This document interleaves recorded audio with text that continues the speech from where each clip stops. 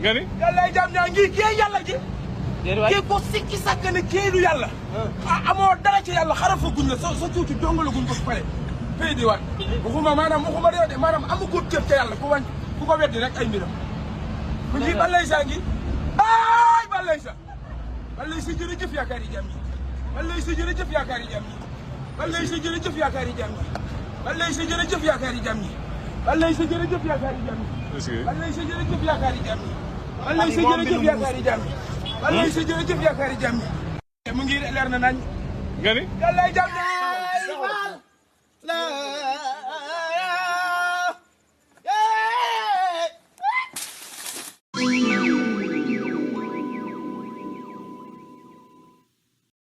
ñoom laa bokk ak diine ji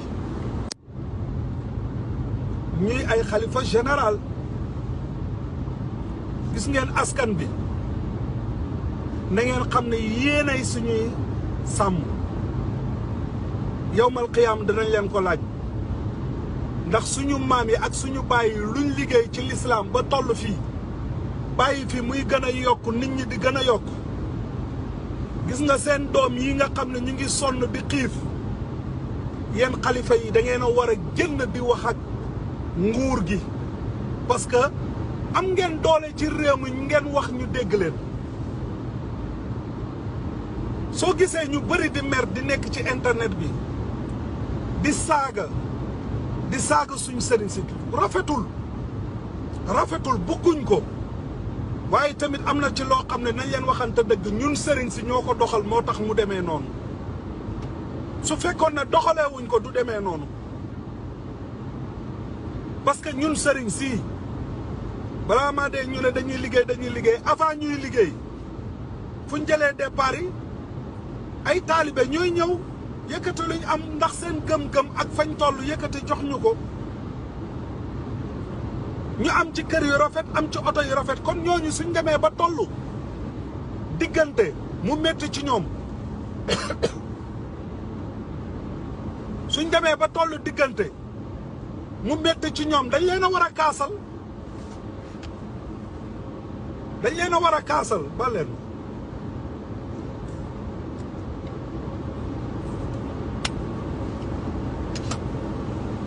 ñooñu dañ leen a war a kaasal mooy ndaw yu fi nekk Sénégal gi bëgg dara dañ leen a war a kaasal sëriñ si nañ génn koo ci wax ñu ne mu ngi fatu ci lan la ñuy fatu ñun duñ yàlla duñ yonent bi ay nit lañ suñ teraanga maam yi ak suñ teraanga baay yi moom lañ ñu jël di ñu ci dimbale suñ teraanga ndey wala suñ teraanga baay yi nga xam ne tey dañoo làmboo ci sëriñ loolu moo ñu topp moo tax nit ñi di ñu topp waaye est-ce que lu nekkoon ci suñu baay yi mu ngi ci ñun est-ce que lu nekkoon ci suñ maam yi mu ngi ci ñun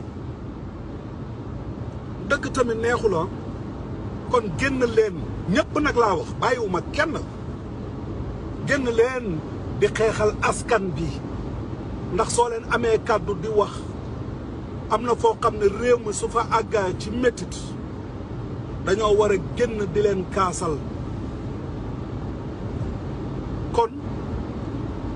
loolu benn mu ngi noonu di leen ñaanal yàlla mboolem xalifa yi ñu yàgg fi tëwér waaye soo gisee ndaw yi taxaw di saaga rek dañuy dem ba mujj gi dañuy gis yoo xam ni yëfu maa tay la il faut nag xol moom dafay laaj man dama leen di comprendre waaye nag du yar du teggin nit ku nekk mën ngaa régler sa wax ci ay façon. asalaamaaleykum wa rahmatulah wa barakaatu. waaw moo ko groupe Watawasaw bil Haq dajji bida shirk ak jikko yu suufe waaw vidéo bi moom c'est une illustration boo xam ne bu garaaw lu feebar Sénégal te incha allah léegi nii daal dama jàpp mais gëm naa ne dinaa ci ñëwaat ndaxte kii nii vidéo bii nii waaw ça résume le Sénégal dans toutes ses dimensions vidéo bii nii billaay c'est que suñ amee dégg-déggin xam ne kii saaga nañu kii lu muy wax départ ak fu mu tëjee saaga kese la ñu def kii lu mu waxee waxut ak benn yar joxuñu benn cër kii naan xar la teg nit ñi quoi te billaahi ni muy waxee nii waxam bi yëpp soo ko xoolee waxi naa fekk pire la mais nag dinaa ci ñëwaat incha allah si kattan suñu borom nekk leen si jàmm dama am ay ité yu ma téye mais incha allah kii moom non bii duñ ko raté vidéo bii nii moom incha allah maa ngi ñaan yàlla bañ ko raté quoi kii dañ ko war a jël suñu temps décortiquer ko nank te ñaan yàlla nag suñuy analyse mu jot si moom ak ñëpp ñu mel ni moom jot si suñu analyse ndax lu ëpp tuur te dafa jot ñu wax asalaamaaleykum wa rahmatulah. waaw Serigne Djily li muy wax ne ay dóor rek la wax dëgg yàlla day dóor quoi dóor lay def dóor ndax sunu taraanga maam yi xam nga ñu ngi jox addiya gi ni mu waxee daal mooy loolu daal kon danoo war a xeexal nit ñi ñoom addiya gi ni laaj moo dul yoon seen taraanga maam yi ci boppam fii ñëpp la seen maam ami taraanga waxam ji lu mu kii na ne sëriñ si war nañ génn xeexal askan wi d'accord mais sunu taraanga maam yi sunu maam moo ko fi liggéey addiya gi ñu jox war nañ génn di la xeexal da ngeen war a joobi ngeen war a defi mais comme pato fii di laaj bravo asalaamaaleykum wa rahmatullah ceux qui sont là soutenir le Coran et la sunna du prophète Mohammed sallallahu alayhi wa sallam je vous encourage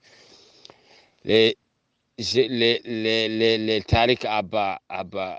tous ceux qui sont là dans les tariq Abba, je suis pas d'accord avec eux. Abba, je suis pas d'accord. Les Tidjanites, ils sont là. C'est eux qui voient le prophète Mohammed sallallahu alayhi wa sallam. Ça veut dire qu'ils ont des messages du prophète Mohammed sallallahu alayhi wa sallam qui nous véhiculent. Les autres là, ils ont pris, je ne sais pas qui, comme Dieu, plus que le prophète Mohammed sallallahu alayhi wa sallam. Et ils voient que personne ne voit. Ils ont des jours spéciaux qui sont bons, il y a des jours spéciaux qui ne sont pas bons. C'est eux, ils ne sortent pas sans aller voir un voyant, un charlatan. Tout leur aumône, c'est d'aller voir un marabout. Et je ne sais pas, chèvre noire, chèvre blanc. C'est cela. Ils ne donnent pas fils abilillah. Ils donnent, c'est l'aumône des les charikés qui donnent, c'est les charikés que leur marabout les guide. C'est ça. Moi, j'ai dit, tous ceux qui sont là dans les tariq, ils n'ont qu'à arrêter. On ne veut plus ça. Stop. On ne veut pas que nos enfants subissent les mêmes sorts. On est fatigué, on a marre aussi. On a marre de ces messages tariq. On est fatigué. Ça veut dire qu'on souffrait beaucoup. Aujourd'hui, alhamdulillah, et le Coran et la Sunna, la lumière a commencé à éclaircir toutes les choses. La lumière marchera jusqu'à la fin du temps. Et la vérité, rien que la vérité, Dieu, il est là, toujours. Et je dis, alhamdulillah, qu'il nous guide sur le droit chemin, qu'il nous aide aussi à nous guider sur le droit chemin, alhamdulillah. Ceux qui sont là, ceux qui ne sont pas dans le droit chemin, c'est que Dieu les fait, c'est Dieu qui guide, c'est que Dieu les guide. Et nous aussi, il nous encourage, il nous soutient et courage. Beaucoup ils vont nous insulter, ils vont nous dire toutes choses, mais courage, le combat continue. Merci. Assalamu alaikum wa rahmatullahi wa barakatuh. Regardez ce monsieur-là, ce qu'il dit. C'est juste faire sa propre politique. Ça ne veut pas dire que c'est pour leur propre intérêt. C'est juste de ne pas laisser,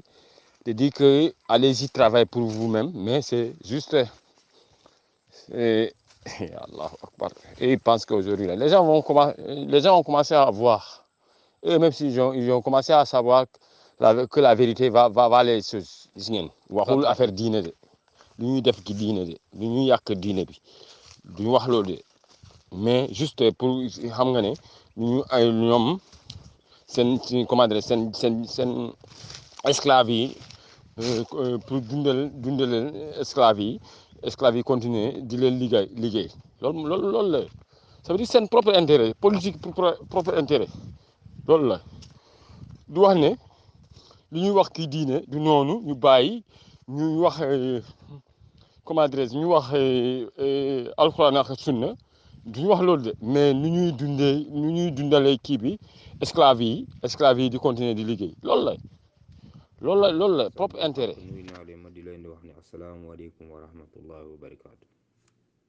waaye déclaration sëñ bi ñu jot a déglu wax yi rafet yi mu jotali noonu bal de loolu yëg ci nay kàddu yu rafet waaye bal moom aqidam du question xeex dëgg non pour xeex système bi nga xamante ñoom ñoo ko imposé imposteurs yi imposé ko di nax population bi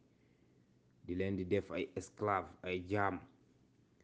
21e siècle mbaa 20e siècle esclavage boobu moo gën a bon ci esclavage boo gën a gis ci àdduna moo gën a bon mooy esclavage intellectuel naxee nit ci booru xel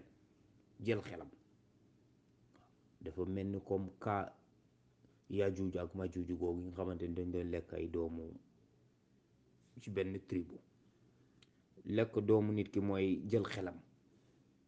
waajuram amatu ci moom benn permission sëriñ si jël lépp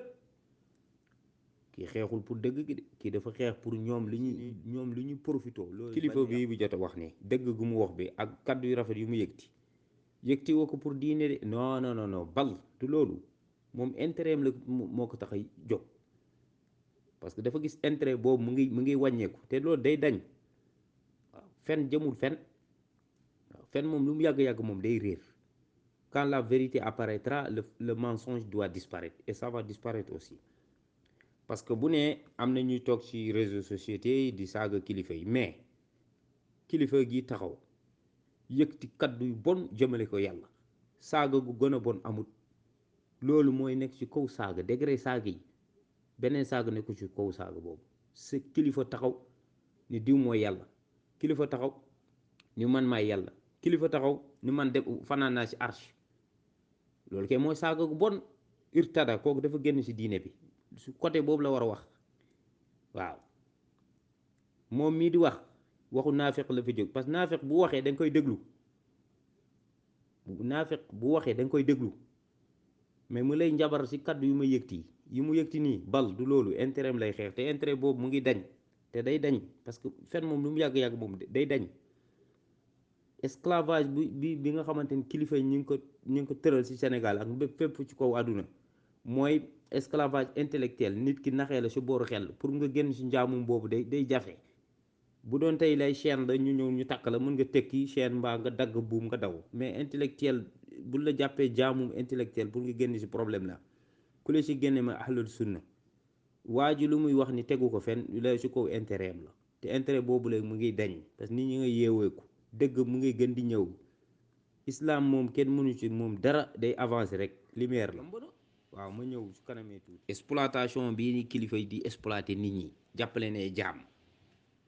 teg seen méthodologie bi nga xamante ni seen idéologie maanaam naxee nit ki jàppale jaam ci esprit loolu moo gën a bon bu doon takk nañ lay chaîne mbaa ay buum mën nga ko dagg daw comme avant esclave yi ñu doon di tënkee noonu ñu bari daw nañ ci mais pour nit ci mucc sunna moo la ci mën a génnee islam moo génnee ñu gën a bari ci biir jaam moo leen génnee ci njaam waaw lii njaam la dañ jël cas exemple rek fu ñuy xamee ne islam mooy dëgg Souleymane bu mu bindee lettre ci reine de la Saba lan la ci bind njëkk bi lettre bi bismillahi rahmani rahim la reine di Saba bu mu joxee Idri di ñi nga xamante ne assemblée bi nekk ci wotam ñu jàngal leen lettre bi bu ñu jàngee tur bi kaddu gi bismillahi rahmani rahim loolu moo ko teree nelaw dafa xam ne lettre bii de jógewul ci imposteur ci ahlul sunna la jógee si la femme bi wëlbateeku dem ba ci Souleymane tuubal ko xam ne ni kii ñëwewul pour exploiter ñi kii dafa ñëw pour dëgg waaw pour yàq idolâtrie bi noonu la maa ngi ñëw barke bi kilifa yi di wax noonu ñëw leen wuti fii barke mais barke boobu gaa yi ñu ko bay si ginnaaw déjà kilifa bu lay wax ni ñëwal wuti barke ci man kooku wanu la yàlla da lay nax loolu moom lu leer la xanaa gaa yi da lay njabar rek kaddu alxuraan yu ñuy yëg si noonu hadis yooyu ñu waxee di fekk seen jëf mu ngi mel ni comme asmaan ak suuf barke moom jaamu yàlla topp say digal ñaari waajur si li yàlla digale wax bi leer na waaw barke boobu foofu la ñaari point yooyu la bu rombee foofu beneen barke nekku fa waaw xanaa im barke xam na nu ñu koy waxee ñàkk barke moo fa nekk ak torox tànk ak ñu def la jaam waaw idéologie boobu noonu ni yàq esprit noonu di leen di njabar seen kaddu yi neex yooyu fekk ak seen jëf mu mel comme asmaan ak suuf képp koo yeewu xam nga nit ki lay wooy ci booru barke moom doo bëy say waajur ne leen dangeen fale dem si kilifa bi mu lay def jaam te du la wan yàlla di lay exploité moom mu am intérêt àdduna fii mu am avantage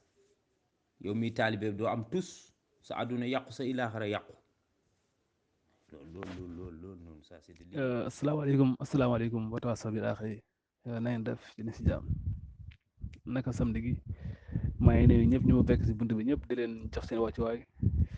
di leen ñaanal jàmm di ko sàkku si yéen na ngeen def dina si jàmm waaw vidéo bi tamit ngeen dugal nii am naa fi jàngat bu baax a baax ndaxte déglu naa ko même sax tey suba laa ko téléchargé mais mënut ma ko déglu parce que amutoon ma temps déglu ko maa nga doog a déglu nii sànq nii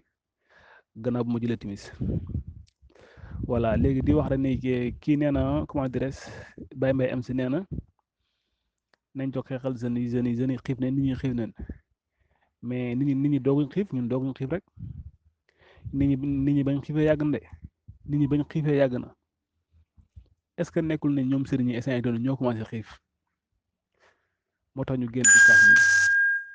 xam nga depuis waaye Sénégal tax bañ commencé ba léegi ñu ngi kaas depuis 2017 ba léegi gars yi ñu ngi kaas pourquoi génnuñ ba heure bii ñu doog a génn loolu question la pourquoi génnuñ ba heure bii ñu doog a génn lu tax loolu ñu génn lu waral ñoom génnuñ xaar ba heure bii doog a génn di wax lu waral lool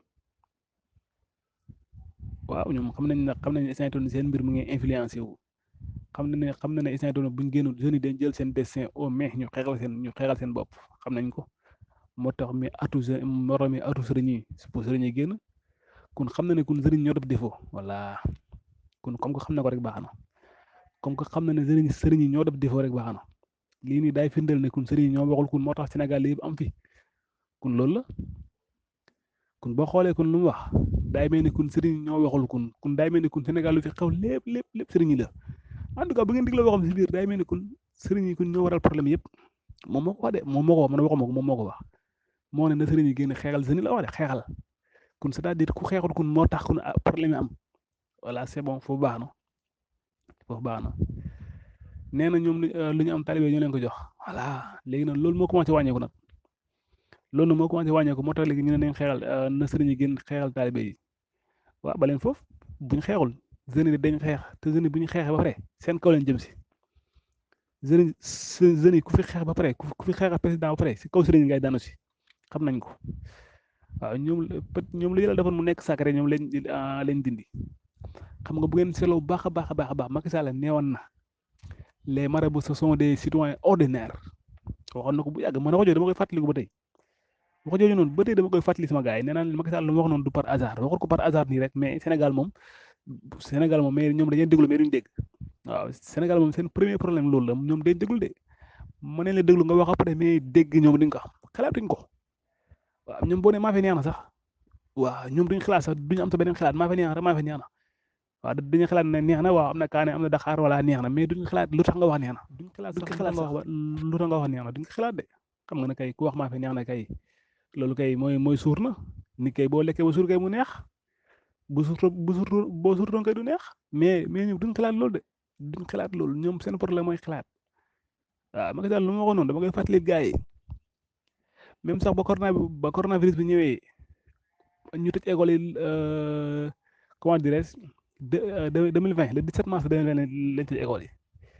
moo wax gars yi ne leen gars yi ñu ne ma man leen corona bi moo fi créé lu garaaw gars yi ne ma booy da ngay war a man leen corona bi gars yi ne ma man leen corona bi dana tax ñëpp weddi sëriñ yi gars yi ne ma booy loolu dëgg ma ne waa baax na ñu dem ba ci kanam léegi isa gis nga waxuma la weddi sax mais dañ commencé saaga seen ndey ñoom ñëpp waaw ça va continuer ça va continuer affaire da ngay wax de mais gars yi duñ la gëm gars yi fee nekkoo doomu sëriñ wala sëtu sëriñ wala sa maam nekk borom bërëg loo wax gars yi duñ ko mën a gëm. asalaamaaleykum wa rahmatullah wa barakaatu wa tawaasul bil haqq namoon naa leen dama amoon ay gan moo tax macha allah am na ñu dem waaye am na ñu des sax macha allah. Kii suufiyanke bii di wax xam nga dof du wér péng, dof du mus a wér péng. dof yenn dof yi nga jékki-jékki nga wér péng ba ñëpp wóolu la, loolu du mus a am, di nga tane nag. donc ñoom des fois yàlla day dawal dégg ci seen làmmiñ ñu wax ko, mais toujours fi ñuy roote mooy problème bi, rootukaay bi. mais ala kulli xaalin kuy yàlla dawal dégg sa làmmiñ ala kulli xaalin da nga koy wax. lii mu wax ni xalif généraux yi bu ëllëgee dinañ leen laaj moom ci kanamu yàlla, ndax ñoom ñoo nami seen bopp ne ñooy ay xalif général lañ paacoo nit ñi. waaw léegi ak at least moom commencé na di réfléchir tuuti, nee na nañu jóg ñu kaasal miskin yi mooy seeni taalibe yi, ndax ñun bu ñu leen wégee, bu leen président wégee ñun la, ndax ñun suñuy carte yëpp dañ leen koy jox, ñoom ñoo yore suñu kàddu. bu leen tey ji nguur gi di defal dara yàlla ak barke taalibe bi la, ndax ñun dañu naan votel diw nga voté. donc dégg ndigal bi ñu dégg ndigal xalif généraux yi moo waral nag président bi ñu da leen di jox ndigal, ndax ñun dañoo nekk da leen di wég, ndax ñun dañoo téye ci seen loxo. maanaam ñun dañu naan defar nga def bañ bul def loo def.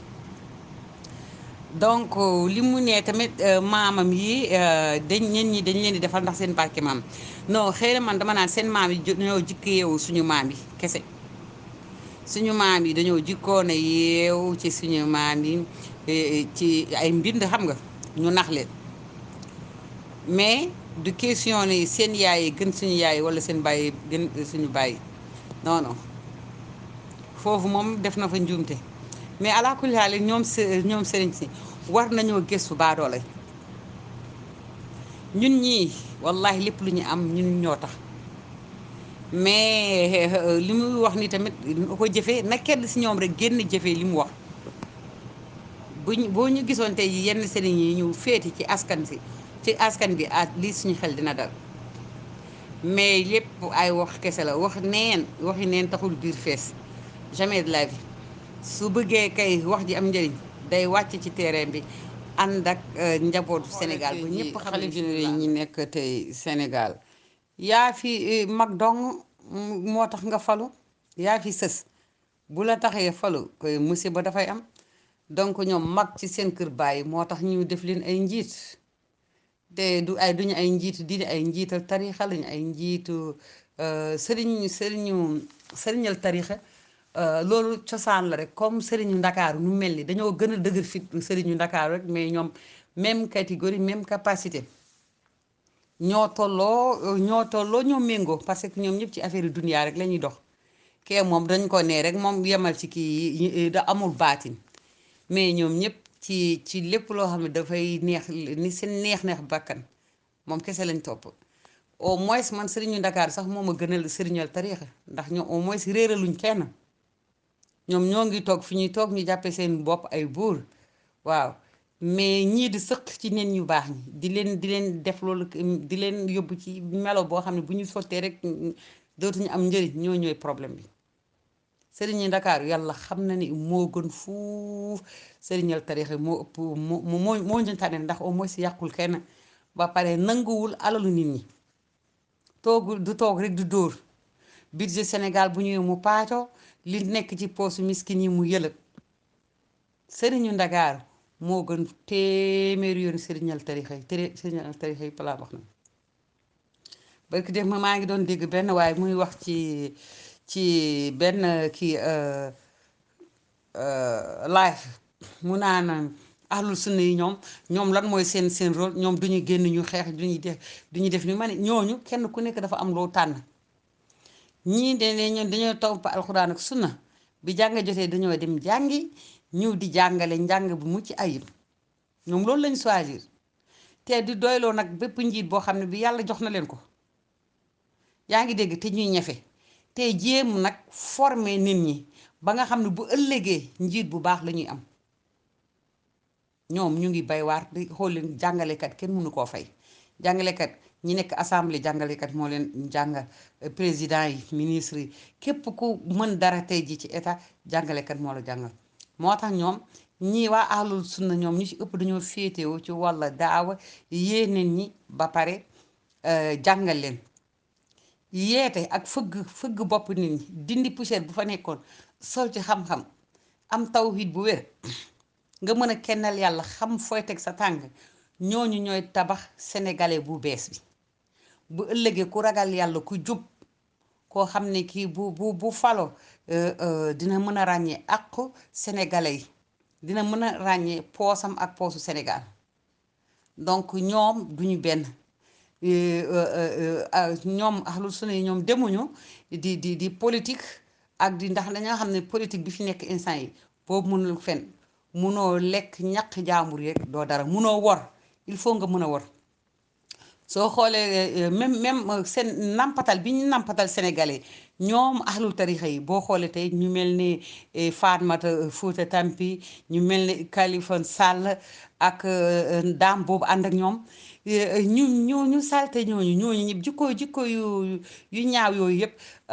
tarixa yi moo leen nampal koo ci gis am na sëriñ koo ci gis si ñoom am na sëriñ képp koo gis ni dafa ne yenent bi sallallahu alayhi wa sallam mooy sëriñam mu teg tànkam ci gaa yi baax yi fi ñu tegoon seen tànk ñooñu duñu wor duñu fen ñooñu duñu wor duñu fen ndax dañoo dégmal lu baax la ñooñu xiif mar naan du leen tax ñu naan póotit ndax toujours xam nañu yàlla du tëj ba tëjaale en même temps palanteer donc toujours ak lu mu métti dañuy toog xaar yàlla donc bu bëggee wax ahlul sunna yi nii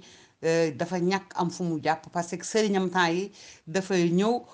ne dafay ñëw di defi xadara dara warulul xadaram bi lu dul dafay gis ni sunna yank yi génne temps yee bi Ahmed Lo woote moom it mu ñëw ne day defar xadara juma ba pare ndeket yoo dafay naxaale population bi di won Macky Sall am na ay nit ba pare doog a dem na guy ji Macky Sall ne ko gis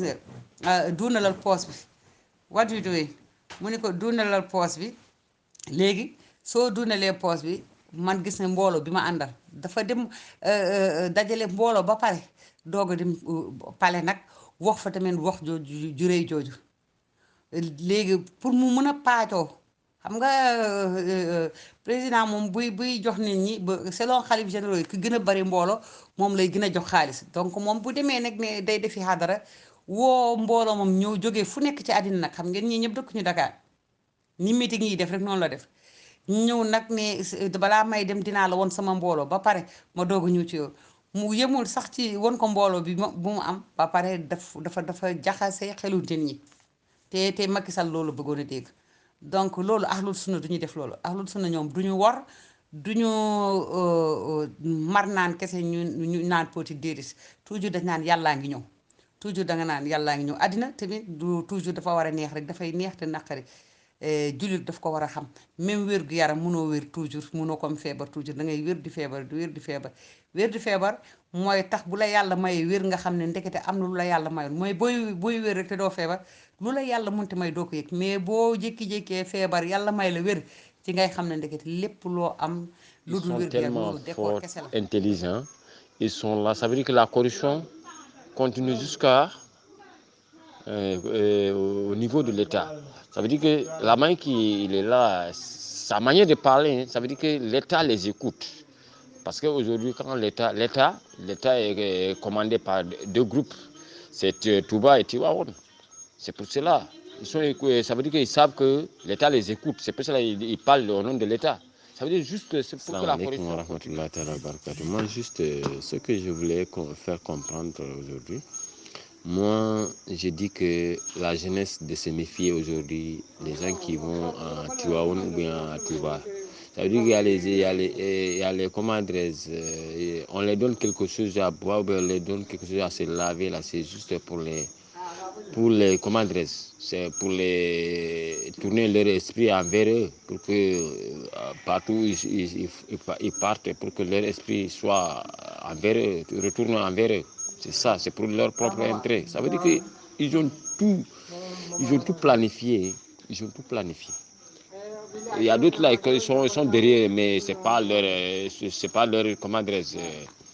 c'est pas comment je peux dire que c'est pas leur propre comment désir. C'est pas leur propre plaisir, mais juste ils sont là, ils sont guidés parce qu'on les a donné quelque chose, ils sont là derrière, ils ne peuvent pas tourner le dos. watawaasaw bil xaq waa nuy naa leen bu baax waa sëñ bi nuy naa la bu baax Almaami Alliance nuy naa la bu baax waaw kaddu gi nga jotu yëgti noonu kaddu président bi yàgg te ñu gën a bari bayuñ si xel. Les marabouts du Sénégal sont des vrais citoyens ou bien c'est des citoyens ordinaires xam nga bu ñu seetee kaa Yajuuj ak Majuuj nga Yajuuj Majuuj ay bindeef lañu woon mais suñu jamono tey bi yaa di ahlul Majuuj et Yajuuj mooy kilifa gi nga xamante ni corrupteur la imposteur dictateur ak président bi nga xamante ni tamit imposteur la kooku dana taxawee si côté Yajuuj kilifa bi nga xamante ni tamit corrupteur la muy taxaw ci palaasu Majuuj kilifa bu nekkee ci réew jubut président bi jubut ñoom ñaar ñooy xaritoo mbiri noonu la yow mel xiyaam sax bi demee ba nit ñi yëpp ñu ñëpp ku si nekk suñu jóg sa bàmmeel ku nekk ak kuréelam ahlul firawun fala ahlul shayatin ahlul shirk ahlul ñeneen ak ñeneen mais loolu yëpp boo ko gisee parce que les kilifa le défend comme kilifa yi ngi koy défendre moom intérêt boobu lay gis pour cela mu ni ce sont des bons citoyens ce sont des dana am ku naan non yeggooguñu fa mais on est venu hein le moment est venu le cas de Yajuuj et Majuuj mu ngi fi Yajuuj et Majuuj des siècles ñëw ñu si biir alxuraan bi Zulxarnayn bu mu demee ba ci tribu boobu waa tribu bi ne ko Yajuuj ak Majuuj ñoo ñu lakkal di ñu yàqal di lekk suñu doom mais bu dee Yajuuj ak Majuuj dañ doon lekk cheru nit mais jamono tey la lay nekk doon c'est différent nit ki jël sa doom sa loxo mu koy sant muy def mu koy liggéeyal te du ko wan yàlla yow mii de waajur sañoo wax kooku Yajuuj ak Majuuj ñoo fa nekk bu dee yitim réew tamit dem na ba collaborer ak ñooñu il est complice lui aussi parce que moom intérêt am lay jël parce que bu soxlee mandat si wetu ñooñu lay ñëw toog ñooñu tamit bu ñu soxlee droit si réew mi def lu leen neex si ñoom ñu ñuy def mu may leen droit ñu def lu leen neex ci réew mi loolu moo tax il peut dire que les marabouts ce sont des citoyens ordinaires mën na ko wax ils sont tous mêmes Yajuuj Majuuj politicien bu bon ak kilifa gu bon Yajuuj Majuuj la on vient loolu ni su mat a bay xel la aaya boobu noonu lu mat a bay xel la si jamono bii lañ koy visionné alxuraan du mës a dem mukk ba mu bay àdduna musul dem mukk ba bay alxuraan allahu akbar kon kii di kilifa di exploiter nit ñi doon na firawun bi nga xamante ni moo jël population divisé que de sectes loolu tamit ci mat a bay xel la mu nga fa xasas firawun buñ ko jàngee ba pare lu ñu gis lan la diviser population les a divisés en sectes macha allah déglu naa seen audio yëpp am na solo macha allah xool sedd na ci encore gis ay jeunes taxawaay bi ngeen taxaw wallaay day dalal xel macha allah yal na yàlla barkeel leen may ñi fekke savouré lépp waaw maman nuyu naa bu baax macha allah si sa déclaration bi macha allah xaq waaw boo gisee loolu c'est que système bi moo ñu imposé lu gën a bare tey jii ñu gën a bare suratul baqara ñoom leen lu see jàngal mooy nan ngay amee xaalis bagg bi nangam téere nangam boo ko takkee boo bëggee am bayre yooyu yëpp xubbu shahawaat bi nga xamante ni amul bor ku nekk bëgg nga dara waaw xubbu shahawaat bi nga xamante amul bor topp bànneex bu amul bor loolu lay woon da ngay amee xaalis boo wirdee nangam fekk baqara loolu taxu koo jóg baqara yenente bi def ne képp ku ko jàng aljuma bi aljuma leeraay ngay am da ngay am leer am na ñu koy firi ñu leer boo ko laajee mënu la ko expliquer mais leeraay googu mooy lan c'est que baqara képp ku ko jàng même boo jàngul lépp sax daa si gis baqara am na sax benn kilifa suñu benn kilifa naan képp ku nga xamante dafa xaafis baqara maanaam mu dugal ko mu maîtriser baqara ci boppam kooku def lu ñaaw moom waru ko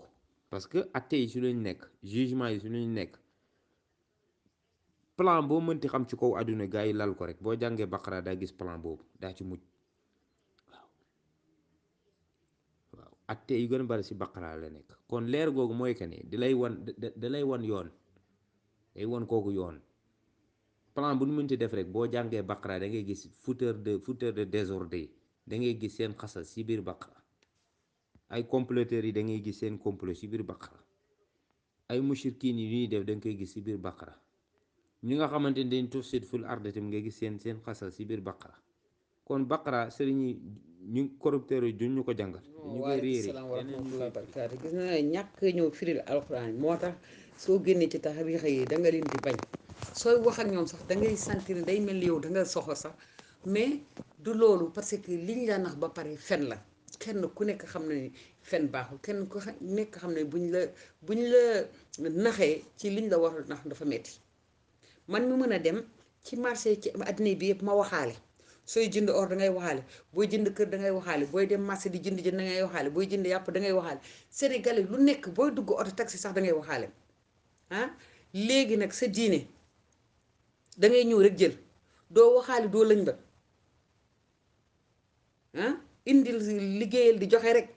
nga nekk di liggéey di joxe rek ñu gis nañ ni ñu fi installé seen daayira yi di addi kalpe nit ñi dafa metti daal boo demee ba fàttali loolu yëpp xale bi nekkoon keroog Italie muy wax ni mu génnee ci tariix yi nee na li ko ci gën a metti keroog bu muy wat njañ mi nee na li mu doon jooy mooy temps bu bari bu mu perdre si ñoom ba pare ak dooleem bi mu fa yàq xam nga loolu àq la te yàlla wax leen ni yéen bu ñun ñëpp kenn ku nekk ci sa bopp ngay tal kenn ku nekk jour boobu dangay tal sa bopp yow nga mën a gàddu àddina ay nit te na leen leere ci aéroport àddina bi rek bu dee mën nañ dara xale yi ni ñu bëggee génn kenn ku nekk nga yore say taalibe na kenn ku nekk rek génn dem ci aéroport àddina yi tey France wala Amérique nga gàddu say taalibe nga jàllale nañu jàllal loolu xale yi man bu doon mën xale yi damay fexe ma renoncé kii bi contrat bu yàgg bi nañ ko résilier léegi su ko defee ñu defaat beneen contrat bu gën a woyof ci sëriñ si oyof ci ñoom comme que àllaaxira dafa sori te xamuñu dégg nga te ñu ngi ci àddina nañu fexe rek ñoom aéroport bu nekk kenn ku nekk yónnu say taalibe nga jàllale ko aéroport jeex na su ñu jàllalee aéroport moom au moins sa àddina boo demee di nga mën a liggéey nga faj say soxla nañu fexe rek ñu jàllal kenn ku nekk sa taalibe yi bañ a dem ci désert yi bañ a dem fu nekk di lab ci géej gi ñaata xale ñoo lab ci géej gi te kenn ku nekk am sëriñ ñi nekk ci prison yi ñu fexe ñi génnee leen fa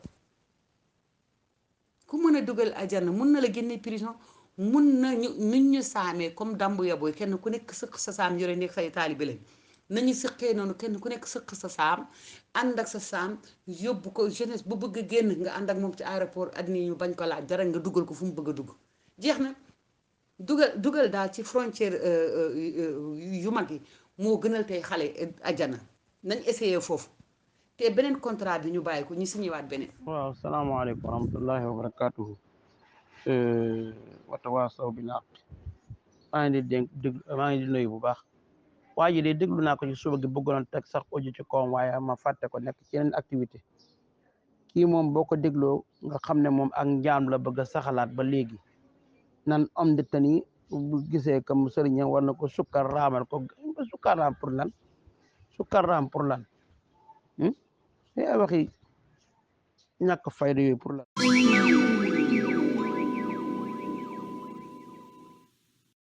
maa ngi ñaan ci barkeb Serigne Saliou nii pënd bi wuree président réew mi yàlla na wuree nii ci barkeb Serigne Saliou nii pënd bi naan ñongu di jëm président réew mi yàlla na ni mur yàlla na ni mar yàlla na ni mareet yàlla na ni marmar yàlla na ni dar yàlla na ni dareet yàlla na fi jug Macky Sall sof nga nu jug fi tëj ma nag man damaa sonn ci toogaay barkeb Serigne Saliou damaa sonn tëj ma ci kaso yi. waaleykum wa rahmatullahi wa barakaatuhu waa ji mi ngi aalu de naan pënd bi ni mu wëree xawma lan ak lan man de duma APR duma PS duma PDS duma dara ndax man nguuru Sénégal sax dama faa fekkewul dara ci seen ay nguur yi man ba may génn Sénégal boobu ci la Ablaye Wade di prêter serment pour nekk président stade de l'amitié xam nga kon xawma dara ci seen nguur waaw xam naa rek dëkk bi metti na mais gis nga dëkk noo mel moom président bu mel noonu ngay am lu leer laa leen wax Sénégal la ma Gambien ba waxoon rek laa leen di wax jour ba ma toogee di waxtaan ak benn Gambien naan ko man Sénégal man seen président bi nu ma soofee mu ne ma yéen daal Sénégalais yi moom kenn satisfait wu leen waaye wax na dëgg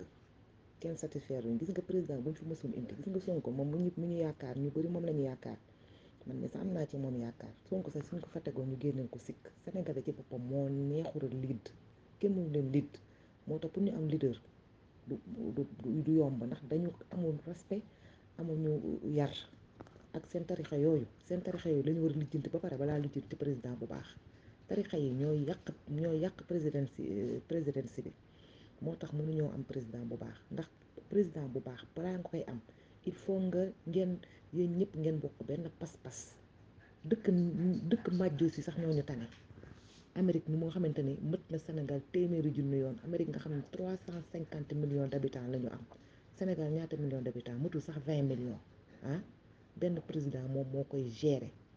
waaye fii Sénégal gisaguñu dara nañ dem rek ku fi jógee saa yu ñu amee président ñu ne dafa bon buñ ko bàyyee am ko gën a bon Senghor lañ daan wax baaxul Abdoulaye Abdou Diouf ñëw def fii tamit yëm fiy def ñu ko dàq ko caqat indi Abdoulaye Wade dàq ko di jooy Abdou Diouf Abdoulaye Wade dem ñu indi Macky nag ku ne di wax Macky ay waay jële jabaru sénégalaise cuuraay ba da ay waay yàlla ji kii seen jabaru tubaab yi ñu ñëwati ñoom ñu ngi nii ñëpp a ngi jooy xool leen lii ci doomi jàmbur sëriñ bu ñuy bayal taxawu fa sax di leen ñaanal amul sax seen temps du fa taxaw sax di pousser amul sax temps di leen fekk te wóor na ma ne ñii kenn mësu ci gis sëriñ bi ñëwal liggéey ba dog nga delluwaat sa kër ci loxoy neen te bi ngay ñëw loxoy neen nga ñëwee woon dox ba dog ñëw booy ñibbisi aussi nga liggéey ba dog delluwaat sa kër loxoy neen te doo mës a tane tubéy boobu nga mës a am boobu rek ngay sol bu xotteekoo nga am beneen sëriñ bi ëpp leen ay mbooloo sëriñ bi am ay doom dañoo bari jabar am yi doom seen doom yi am ay doomi baay sëriñ si am jarbaat am ay doomi baay bu doon lii kay liggéeyal yàlla la wala da nga ci am tiyaaba ngeen fekk leen ci biir kon yéena leen war a fekk ci lii nit de par exemple tey ji boo amee jànq dalay fekk ngay nettoyer ak sa kër kay mu ñëw di la ci jàppale mais bu la fekkee nga croiser les bras lan nga bëgg sa kër day jag du jag ñoom bu ñuy wootee li ñuy woote ci liggéeyal yàlla dem ci tool yi ak